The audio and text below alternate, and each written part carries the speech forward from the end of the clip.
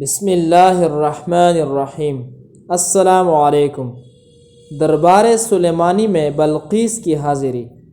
کہتے ہیں کہ جب تخت بلقیس میں نقص و اضافہ یعنی سبز جوہر کی جگہ سرخ اور سرخ جوہر کی جگہ سبز جوہر کر دیا گیا اور پیر بلقیس حضرت سلیمان علیہ السلام کے دربار میں حاضر ہوئی تو اس سے کہا گیا کہ کیا یہی تیرا تخت ہے؟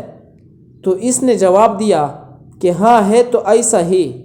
بعض لوگ کہتے ہیں کہ اس نے تخت کو پہچان لیا تھا لیکن اس نے شبہ میں ڈالنے کے لیے صراحتاً اس کا اقرار نہیں کیا تھا، جیسا کہ ان لوگوں نے اس کو شبہ میں ڈالنے کی کوشش کی تھی۔ اکرمہ کہتے ہیں کہ بلقیس نہایت دانا عورت تھی، اس نے تخت کے اپنا ہونے کا صراحتاً اقرار تہذیب کے خوف سے نہیں کیا تھا اور انکار نکتے چینی کی وجہ سے نہیں کیا تھا، بلکہ اس نے ابہاماً کأنہو ہو ہاں تو ہے ایسا ہی کہا۔ چنانچہ حضرت سلیمان علیہ السلام نے اس کی حکمت اور کمال عقل کو پرکھ لیا کہ نہ اس نے انکار کیا اور نہ اقرار۔ بعض مفسرین کی رائے یہ ہے کہ تخت کا معاملہ اس پر تشبہ ہو گیا تھا کیونکہ جب اس نے حضرت سلیمان علیہ السلام کے پاس روانگی کا قصد کیا تھا تو اپنی قوم کو یکجا کر کے کہا تھا کہ بخدا یہ شخص صرف بادشاہ نہیں ہے اور ہم میں اس کے مقابلہ کی سکت نہیں ہے۔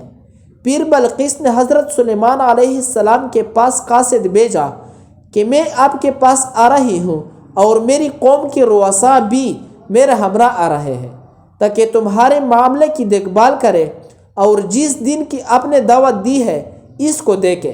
اس کے بعد بلقیس نے اپنے تخت کو جو سونے چاندی سے بنا اور یاقوت و جواہر سے مرصع تھا 7 کمروں میں 7 تالوں میں بند کرا دیا اور اس کی حفاظت کے لیے نگران مقرر کر دیے۔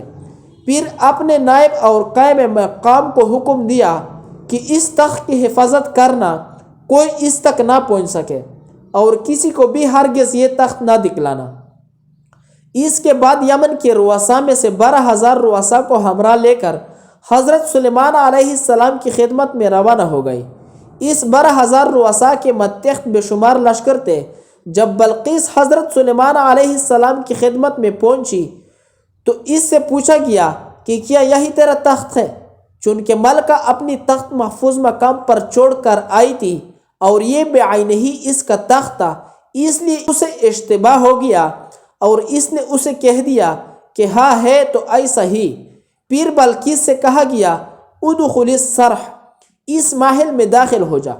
بعض کہتے ہیں کہ صرح صافت اور چمکدار شیشے کا محل تھا جو پانی سے معلوم ہوتا تھا، اور بعض کا قول ہے کہ صرح سے مراد گھر کا صحن ہے اور اس کے صحن کے نیچے پانی جاری کر دیا گیا تھا اور بہت سے بحری جانور مثلا مچھلی، مینڈک وغیرہ اس میں ڈال دیے گئے تھے۔ چنانچہ جب کوئی اس صرح کو دیکھتا تھا تو اس کو کثیر پانی سمجھتا تھا۔ اس صرح کے درمیان حضرت سلیمان علیہ السلام کا تخت بچھا دیا گیا تھا۔ کہتے ہیں کہ یہ صرح حضرت سلیمان علیہ السلام نے اس لیے بنوایا تھا تاکہ وہ بلقیس کی پنڈلیوں کی کھولنے کی فرمائش کیے بغیر دیکھ سکے۔ بعض لوگ کہتے ہیں کہ اس سے بلقیس کی فہم و فراست کا امتحان مقصود تھا، جیسا کہ بلقیس نے خدام اور خادمات کے ذریعے امتحان لیا تھا۔ پھر جب حضرت سلیمان علیہ السلام تخت پر بیٹھ گئے اور بلقیس کو بلا کر اس محل میں داخل ہونے کی دعوت دی تو بلقیس نے اس کو پانی سے بھرا ہوا سمجھا اور اس نے اس میں داخل ہونے کے لیے اپنی پنڈلیاں کھول دی۔ حضرت سلیمان علیہ السلام نے دیکھا تو اس کی پنڈلیوں اور قدموں کو نہایت حسین و جمیل پایا، مگر اس کی پنڈلیوں پر بال تھے۔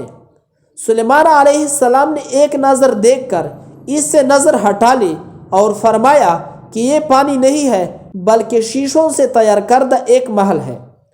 بعد ازاں آپ نے اس کو اسلام کی دعوت دی اور بلقیس پہلے ہی تخت اور صرح ممرد کا حال دیکھ کر آپ کی نبوت کی دل سے قائل ہو چکی تھی۔